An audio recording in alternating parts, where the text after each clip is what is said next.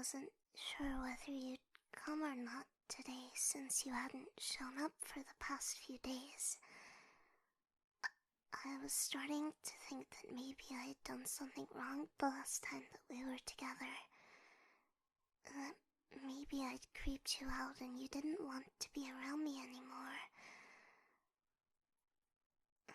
But I'm glad that you showed up today. I'm sure that you had your reasons for not coming before.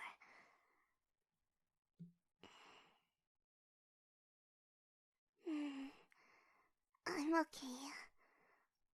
I won't act as weird as I did the last time that we saw each other, I promise. I'm not going to scare away the only friend that I have left.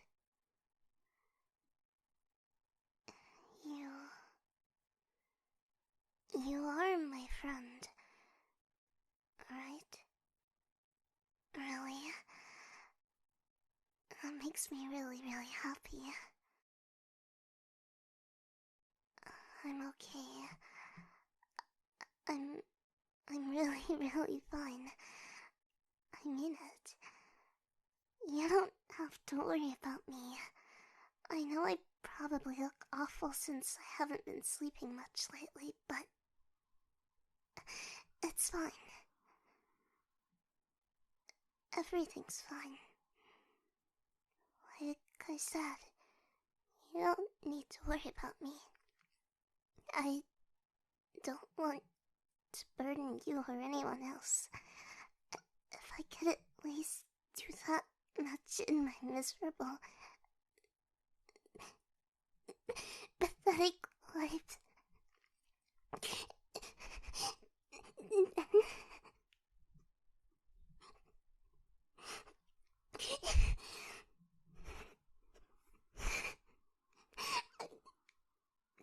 I'm sorry. I'm not acting like this again. Coming here today was a mistake, but I at least wanted to have a proper goodbye with you. I didn't want you to remember me that way. Remember me how I was the other day.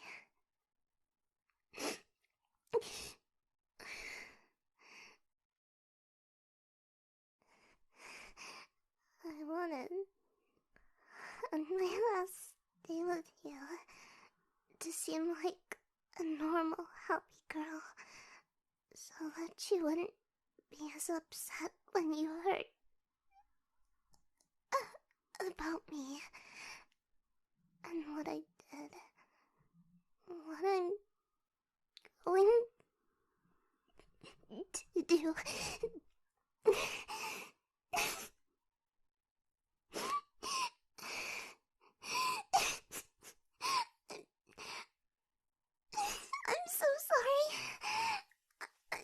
I'm sorry about all of this. You must think that I'm so detestable and weird. I'm sorry. I'll just go now, okay? I won't bother you anymore. I hope that you have the long and happy life that you deserve, dear friend. Goodbye then. Let go of my hand, please. Please don't make this harder for me than it already is. No. Please. Don't say that. Telling you what's wrong won't make anything better. Things can never get better for me, which is why I have to. Please, just let me go. There isn't any reason for you to pretend that you care about me. No one could ever actually care about a person like me. Let me go. I won't torment you any longer, I promise.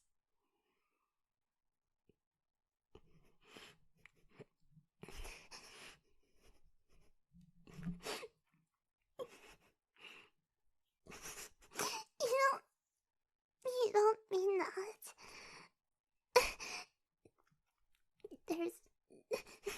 There's no way that you actually care for me. No way. A person like me, a disgusting, used up piece of trash like me, I don't deserve to live. All I do is make things worse for the people around me.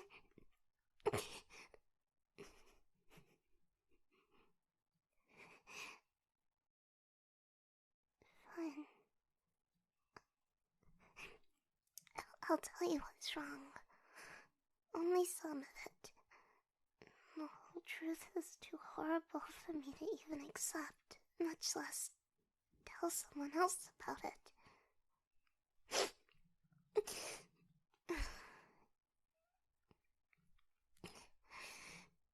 You see, things are really hard for me at home. It's so awful that every day I wake up wondering if it will be my last day. The world is so dangerous and scary that most days I'm afraid to leave my house. But then I remember that it's unsafe in there, too. With him. Someone could hurt me at any moment.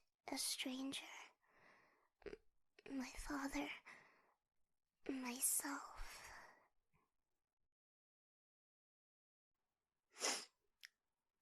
I didn't want to tell you these things. I've already messed up so badly with you. Telling you so many things that I shouldn't have. I just needed to get the pain out somehow. I thought that maybe the poetry that I read to you could convey what I was feeling without giving too much away, but no one can truly understand my pain. I shouldn't force you to try to understand.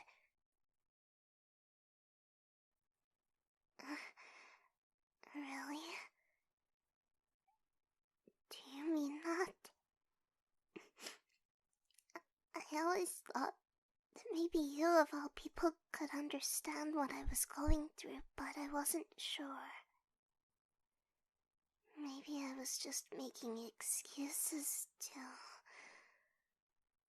Never mind. You've been really kind to me, you know. In the midst of all my suffering, you've been so nice to me. Probably without realizing how much that little bit of kindness means to me. You actually treat me like a person. And I don't deserve someone like you. I really can't bother you anymore like this. I should go. Are you sure that you want me to stay? Don't worry about me. I'm not going to do anything. I'm calm now, see? Oh, you've noticed that I'm not as worried about the town the way I usually am. Well, I have more immediate problems of my own that I need to deal with, and I think I grossly exaggerated when I rambled about the killings and disappearances and all that stuff. Sorry if I accidentally scared you. there wasn't any reason for me to act that way. I don't know why I got so freaked out when what's happening around here probably isn't even that big of a deal. I mean, if it was, then more people would be concerned about these things, right? There's no way that things are happening at as large a scale as what I thought. There's no way that not many people have been killed. What was it that I said the other day? That a fifth of the town's population was gone? Yeah, there's no way that that many people... What I'm about to tell you will make me sound even more messed up than I already am. But at this point I'm not sure if I care anymore. You see, sometimes when things happen, I tend to blow things out of proportion without realizing it. I completely believe what's happening is a lot worse than it actually is, and I can get a little crazy about these things. It's a little hard to separate what's in my head and what's real. I wish this applied to what's happening at home, but everything there is 100% real and unexaggerated and completely, utterly horrible. You knew this, though, didn't you? That I was being a little hysterical about what's happening in town.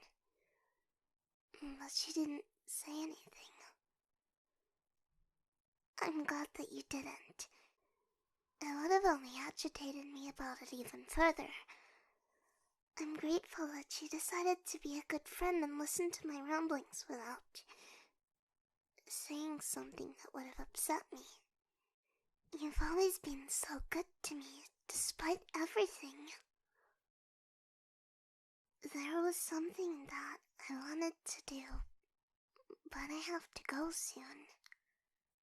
Don't worry, I won't hurt myself. I feel a lot better after talking to you, I mean that. Oh, you want me to read you a poem? I was hoping that you wouldn't say that. You see, I wrote a poem for you, and I wasn't sure if I would actually read it to you or not.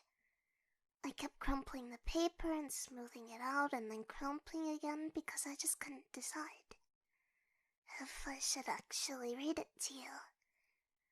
I'm not really very good at writing poetry, mostly because I'm inexperienced, and this poem is really short too.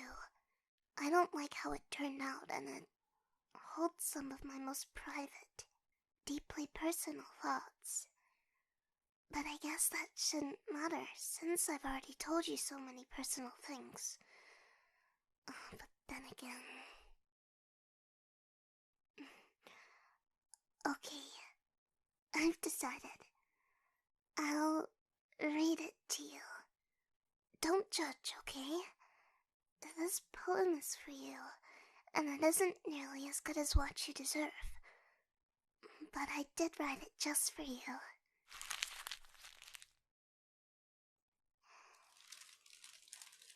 I peer through the distorted lenses of pain, and I find myself in a dark tunnel with no end in sight, where shrill voices echo my name. I wander through the freezing black nothingness, hungry for warmth, starving for light.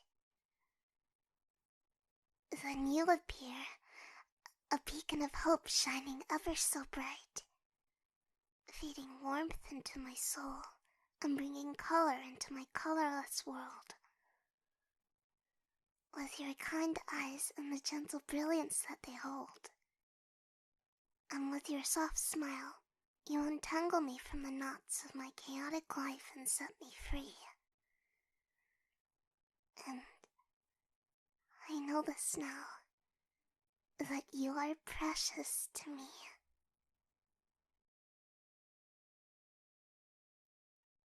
That's the truth. You see, you're very important to me. You don't know how happy it makes me just when I'm with you. You always listen to my troubles and never say anything rude. And it must seem to you that your actions don't mean much, but they mean so much to me. We were able to bond over literature whilst indirectly bonding through our own struggles, even though we never really talk about them in depth. And I feel like when you're by my side, life is a little less unbearable.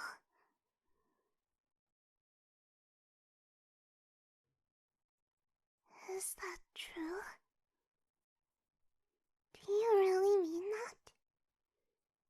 Do you actually feel the same way?